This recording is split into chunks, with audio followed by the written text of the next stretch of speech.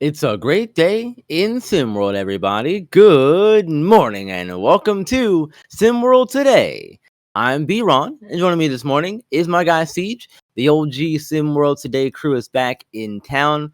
Good to have you here with me, Ceej. How you doing, my friend? Great to be here. Got a network outage, had to phone myself in, but wasn't gonna miss it. So I'm happy to be here, B-Ron. Yeah, man, it's good to be here with you for the morning. Let's start things out by talking about the SWBA Cup, the mid-season regular season tournaments going on in basketball now. Still weird to me to have this thing going on, but let's talk predictions for who's gonna win the whole thing. Who do you think that is, Siege? Well, first of all, I love the cup, the in-season cup. The courts are fun. It's different. It's something interesting to look at. You know what you're watching by the court. But I'm gonna take the Bucks here. I think it would be very Bucks of them to start the season off really slow. Looks like they're having a lot of struggles. Win the in-season tournament and then get blown out in the very first round. That's a very Bucks thing to do. We'll see if it happens or not, but I do actually think that they could pull off winning the in-season cup. If it's not them, it'll likely be the Celtics because they just have a roster that overshines everyone else. So my pick is the Bucks. We'll see how that goes. My pick is them to win it, and then I think Dame will do his thing. This feels close enough to Dame time, clutch time, that he'll get them a win in a tournament, and then they'll go back to being buns after this. Yeah, as much as I would like to see another team do it, I think the Celtics are gonna be the ones to get it done. They might win them both this season, both the in season one and the finals entirely, the postseason finals. Uh, they're like you said, they have a roster that is just so well put together to win games, and be it in a mid season tournament format or not. I think that I think that it doesn't matter for them. They're gonna figure out a way to get it done because they're just that dang talented. They are a really, really good roster, really, really dangerous roster, and for the most part, it's a very young roster. It's a team that I see. Unfortunately, it's a team I see competing for a title for the next, 4 or 5 years at least, probably. Unless something happens, you got contracts. People have to get paid, things like that. But the way it's looking, if you are not a Celtics fan, you might have a hard time for the next few years. Yeah, and looking at some of the other group leaders here, the Magic and the Knicks are atop Group A in the East at 2-0. Do you think either of those teams have a chance to make some noise? Because I like the Magic and what they have with Pablo Banchero down there. I really Yeah, like him a lot.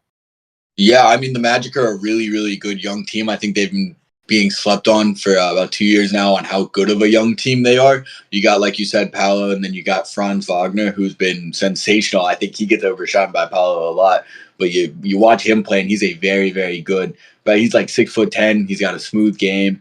Um, can put the ball on the floor really well. So I mean that's a team that I do think. You got Jalen Suggs there also, who I'm a big fan of his intensity. That's a team who I think is going to make waves in the upcoming year and maybe give the Celtics a tough time one year. And the Knicks, I love the trade they made for Karl Anthony Towns. I think it's what that team needed. The rest of the roster they've put together around Jalen Brunson really it works. So I could see it. And that's the thing about the in-season tournament. It's a little exciting. When it comes to the playoffs, I think it's still the Celtics are the favorite, no question. It's their 7-game series. It's the intensity's there, all of that, and they've got the best roster for that. But the in-season tournament, one of these teams could make a run, whether it's the Knicks, maybe the Magic, the Bucks. I mean, the Pistons are even 2-0 right now. The Yeah. Cavs are having a really good season. Any team can just kind of get hot to me and make a run in this in-season tournament. So I think there's a lot more possibilities here than we might see in the playoffs. Yeah, I'm really looking forward to seeing how the rest of this tournament goes on here. Uh Wanted to switch gears here now because we've got Thanksgiving around the corner, which means that there's football to be had, which means that we will see the Detroit Lions on TV as they will play the Chicago Bears on Thanksgiving in the SWFL. And the Lions have a losing record in Thanksgiving games, Siege. Do we think that this is the season where that continues and in Chicago pulls off an upset, or are the Lions just a different team this year than they've been in previous years, and that won't happen? The Lions are absolutely a different team than we've seen in previous years. This is like a whole new rebranded organization. Now, I can say all that, and like I could totally see them still losing on Thanksgiving just because that's tradition, and maybe they'll do that. But I mean, this Lions team is actually sensational. The offense that they have there is insane to watch. I really love watching the Lions play football, which is not something I could ever say before. And here I am, like tuning into every Lions game just to watch what they do. The Bears have been surprising to me actually this year. I didn't expect a whole lot from Caleb Williams. In some games, I've been right to not expect a lot. In other games, he's shown up and he's actually made some really great plays. So at the very least, I think it could be an exciting game if Caleb Williams shows up and this offense shows up. But I don't think there's any shot that the Bears have the firepower to compete with this Lions offense. And the Lions defense is no slouch either. I'm low key a Lions enjoyer. I love watching the Lions this year. So I don't think they lose on Thanksgiving this year. But tradition is tradition, so we'll see.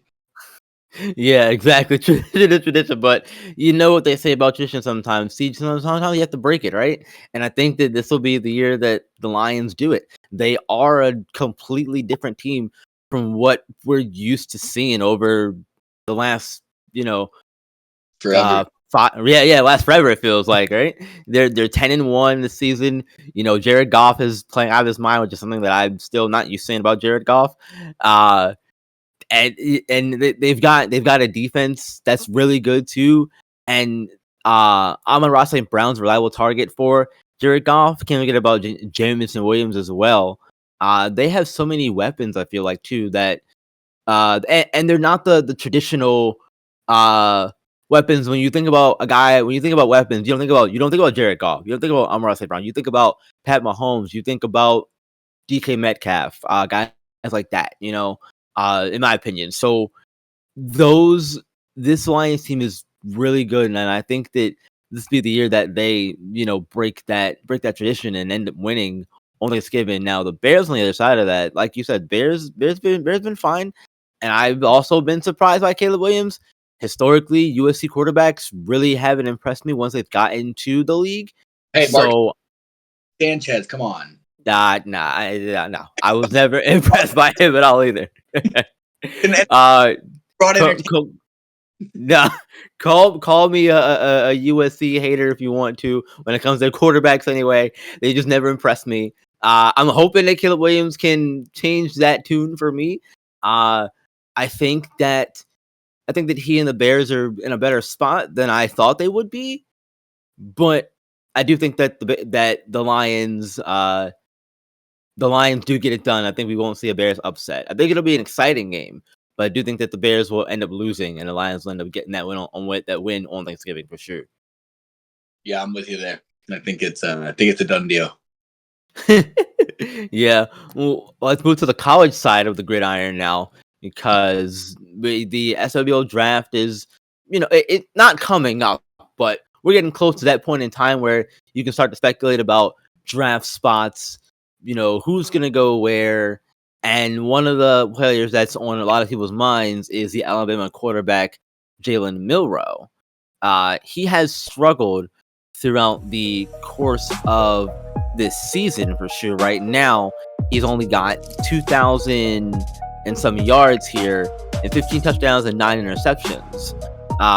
Those numbers don't. When you look at those numbers, you don't. In my opinion, you don't see a first-round quarterback, or maybe even a high first-round quarterback. You might see a early second, early to mid-second round on the high end. Ceej, where do you think he goes as far as draft position? Well, if you really have to get me started on this topic, I'll get It's on the list, man. Here's the thing about Jalen Milroe. He plays backyard football, right? If you've watched Jalen Milroe, you know that he plays backyard football. And this year, University of Alabama has been playing backyard football with Jalen Milroe at the helm.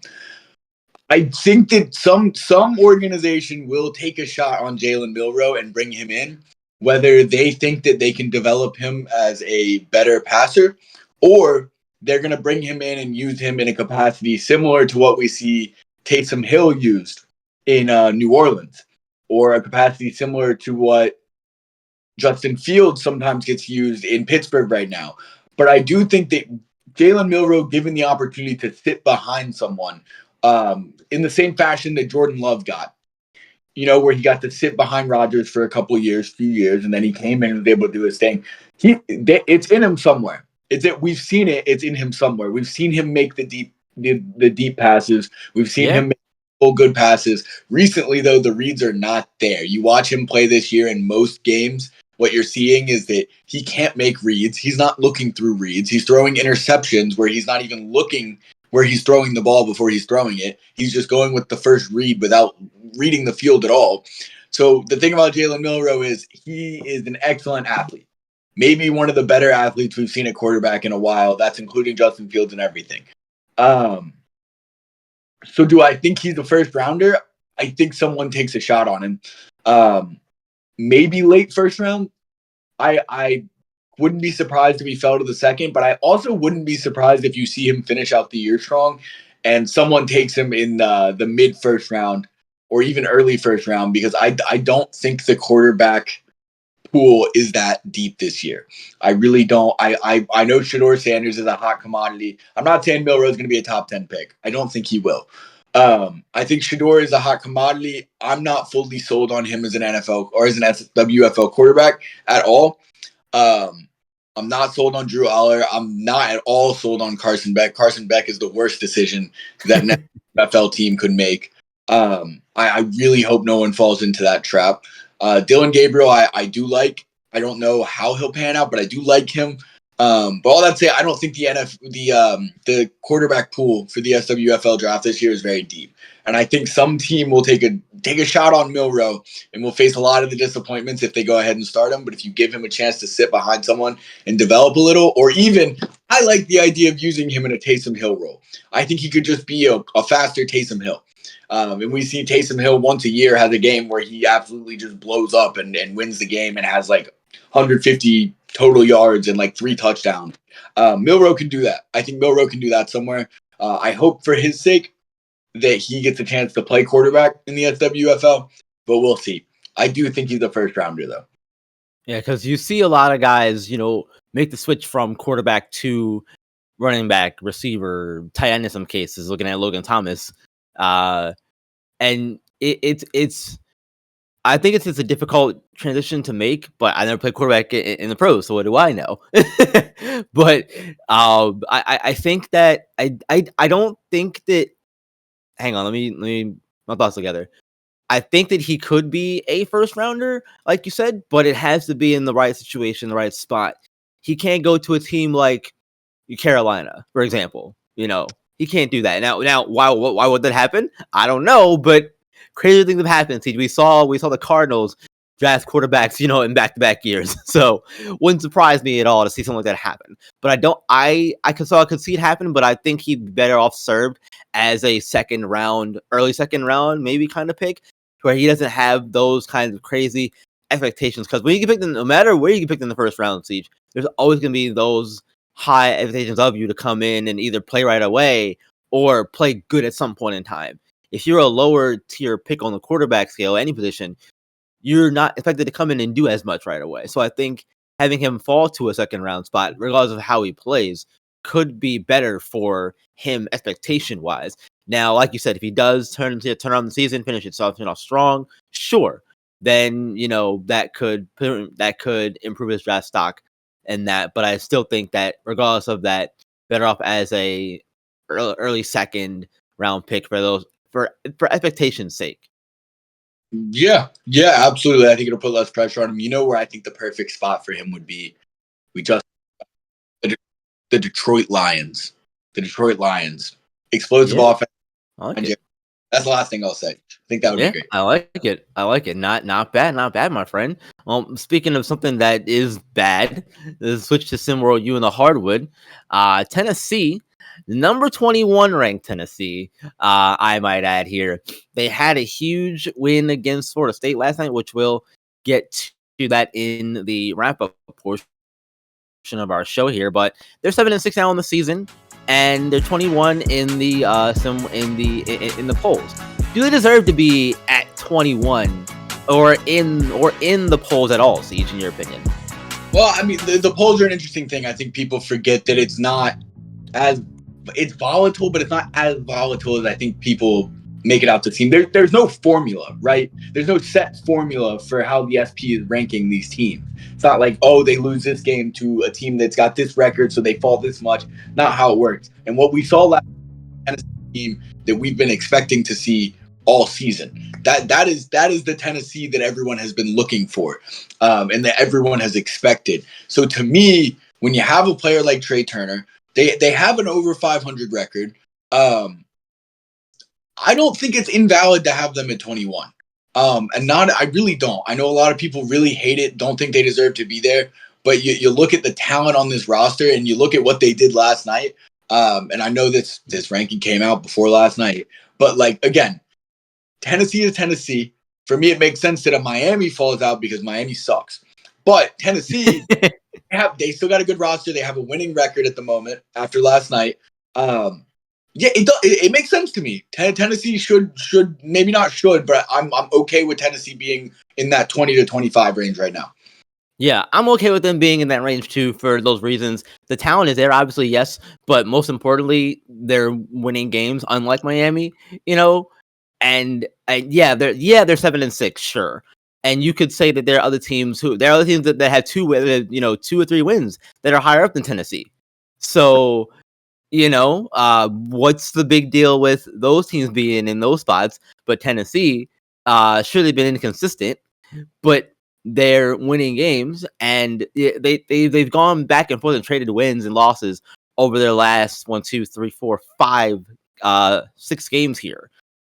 But this is a team that's still good, and they're talented enough to be in my opinion, to be in the top 25. So we'll see how that goes, though, as the season continues on. And now it's time to get into our SimWorld U wrap up to end the show up on a high note, shall we? Let's go ahead and get this thing going. Firstly, Duke stays high, and the pageantry and all that goes into 8th game in a row. Winning their 8th game in a row. Three in the corner from Temple, 92-61 in the process. Miami loses at home to Harvard of all schools, 82-81, and then Penn State loses to Georgia, 87-77, thanks to Royce Anderson's big day. Indiana continues their win streak, knock up LSU 71-64. Wake Forest and J.C. Graham struggle. Demon Deacons fall to Ole Miss 84-60. Xavier and Georgia Tech. Georgia Tech continues to win 7 in a row for them. 96-76 over Xavier. Butler, Sean Daly, go ahead and win a layup to win that game. Is big. I think what they're going to do is running Rebels get knocked off at home. More comfortable. 83-77. California, Israel Vines has a great day. Wichita State wins 66-56. UCLA does fall to Texas A&M, 81-70. Tazarski and Phenom come out 51 points as Michigan beats USC, 89-57. And then Tennessee blows out Florida State, 93-49. Trey Turner dropped 30 points in that one. That's going to do it for us here on SimWorld today. Thank you all for tuning in as always. We'll see you tomorrow. Me and Mike should be back on the show. Game of the week is tonight. Creighton in South Carolina at 9:30 p.m. And we have Oklahoma and Rutgers, the first game of a SimWorld TV broadcast. Look out for those. We'll see you tomorrow. SimWorld, the only place you can see the game, be the game. And like the video, subscribe to the channel, all that good stuff. We'll see you tomorrow.